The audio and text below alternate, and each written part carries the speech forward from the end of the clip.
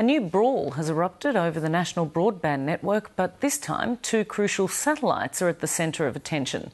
It emerged today at a parliamentary hearing that the NBN company is preparing to spend $650 million to launch the satellites into space, even before it has formal permission from the United Nations to use them.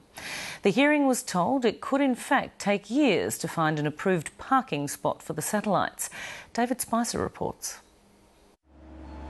The great majority of Australians will be connected to the National Broadband Network by underground fiberglass cables on their streets.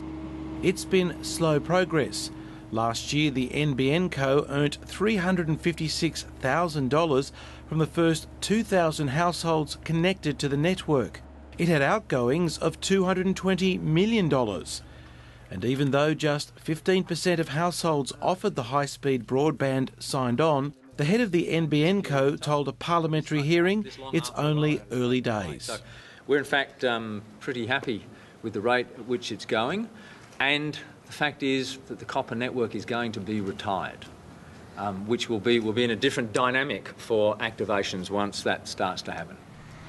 Last month, the Prime Minister announced that by 2015, 1/3 of the country will be connected to the NBN or in areas where construction will be underway.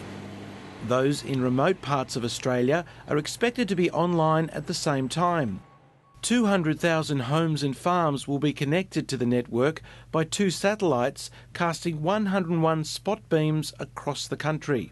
The parliamentary hearing was told today that the NBN Co is stumping up $650 million to buy the satellites, but has not yet received a parking spot from the United Nations agency in charge of space. The head of the NBN Co confirmed today they could be launched into space without final approval.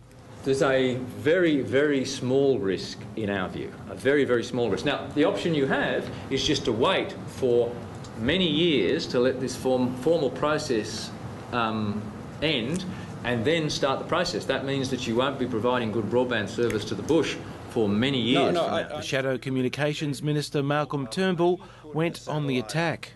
You are leaving open the possibility, albeit small, of launching a satellite into a slot prior to it being formally allocated. For example, if we had discussion... Is the answer to that question yes? If we had discussion... Is the answer to that question yes? If we had discussion... While the answer was yes, the NBN Co is far more worried about a mishap on the launch pad than a satellite without a parking space.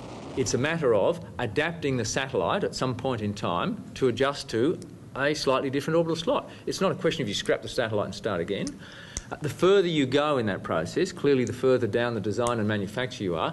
But in terms of risks, Mr Turnbull, we rate this one way down here. The risk we're focused on, which I think the committee should be focused on, is the risk at launch.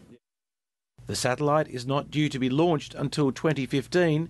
If there's a change of government, Malcolm Turnbull could be the minister who decides whether or not it takes off.